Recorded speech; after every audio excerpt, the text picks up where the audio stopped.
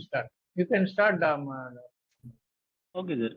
Sir, my topic is regarding the causes and types and management of intraoperative cardiac arrhythmias, sir. So, shall I start, sir? Yes, go ahead.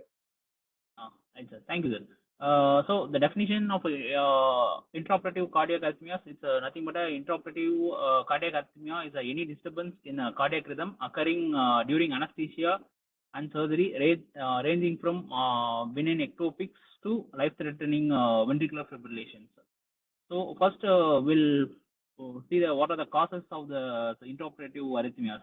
So, main causes comes with the anesthesia drugs which we are using. Commonly used the volatile agents, volatile anesthetic agents, which causes the myocardial depression. Mainly the halothane, which is a myocardial sensitization to catecholamines. And then the succinylcholine, which causes hyperkalemia, which leads to the arrhythmias. And the high dose of opioids and high dose of propofol may cause bradycardia with bradyarrhythmias. And the second causes will be of surgical causes. The mainly it's vagal stimulation. Example like peritoneal stretch, ocular surgeries. It causes oculocordial reflexes. And then cardiac sinus stimulation. And then direct cardiac surgeries with direct myocardial handling. And then the patient-related causes. The first one will be pre-existing heart diseases, cardiomyopathy, and conduction blockages, and the elderly and poor LV dysfunctions, etc. And fourth one is metabolic and physiological causes, which mainly of hypoxia, hypercarbia, acidosis, electrolyte imbalances, mainly of hypo or hyperkalemia, hypomagnesemia, hypocalcemia, and hypothermia. Miscellaneous causes are pulmonary embolism or air embolism or increased sympathetic activity during of pain, light anesthesia, and laryngoscopy. So, and then the types of bradyarrhythmias. And then types of bradyarrhythmias. The first one is sinus arrhythmias and AV conduction blockage.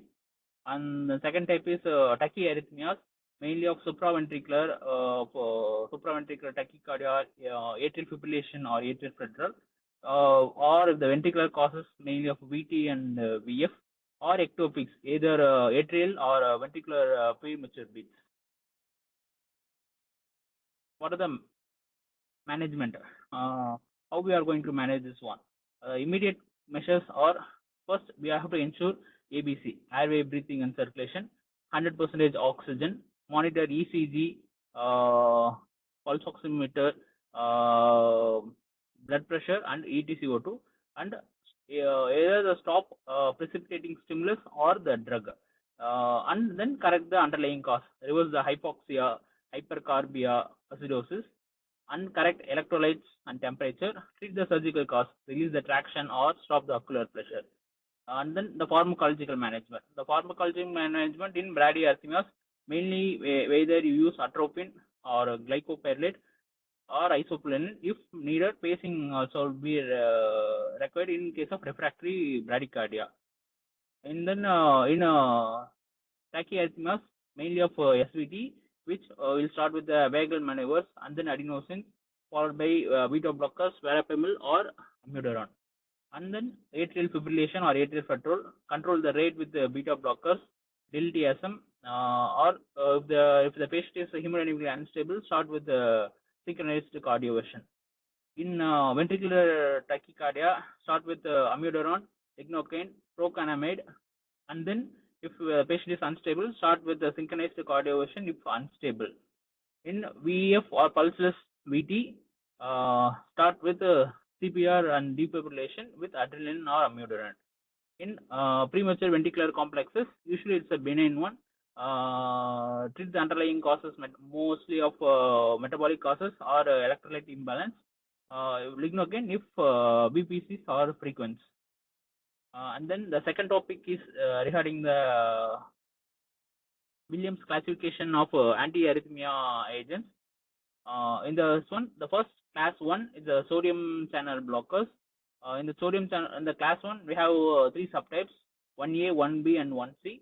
In 1A, it belongs to a class sodium channel blockers, mainly of drugs, quinidine, procanamide, and dispyramide.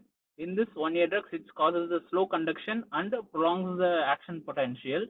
And the class B of drugs, lidocaine, mexiletine, which shortens the action potential, useful in ischemic myocardium or in ventricular tachycardia. And the class 1C drugs belongs to flecainide and profenoin. Markedly, it slows the conduction. It little affects on the action potential duration. And the class 2 drugs are beta blockers of mainly propranolol, esmolol, and metoprolol. It decreases the sympathetic tone. It slows the AV conduction. Useful in supraventricular tachycardia and post-MI arrhythmias.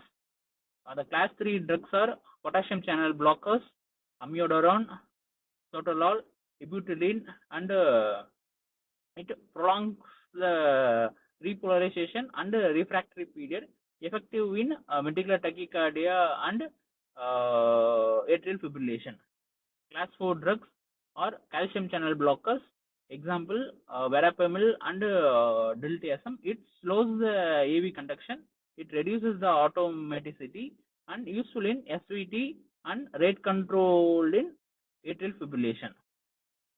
And the third topic is anti-arrhythmia drugs, which is not included in the Williams classification. The first drug is adenosine. The second is digoxin, magnesium sulfate, atropine, isoprene, newer drugs like ivabradine and ranolazine. The first adenosine drug, it acts on A1 receptors. It transiently blocks AV nodal block, and it's a drug of choice in for acute termination of paroxysmal supraventricular tachycardia. Second one is digoxin. It increases the vagal tone. It slows the AV conduction, AV nodal conduction. It is useful in rate control in AF with congestive heart failure. The third one is the magnesium sulfate. It effective in Torsades D pointis, digitalis induced arrhythmias and eclampsia. And fourth one is atropine and isoprene. It for the severe bradycardia and AV block, not a part of Williams system. Newer drugs of ivabradine and ranolazine can be also used. Okay. Did you mention anything about the total heart block, complete heart block, or third degree heart block? No, sir, I didn't mention anything. That is also part of the arrhythmias, isn't it? First degree, second degree, and third degree. That also has to be included. Okay, sir. And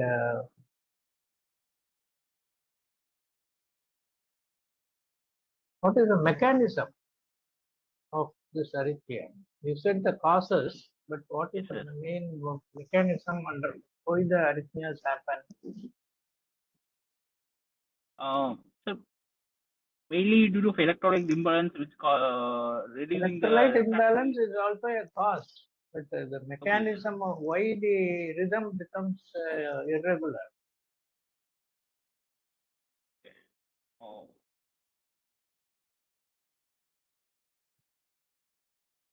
Right.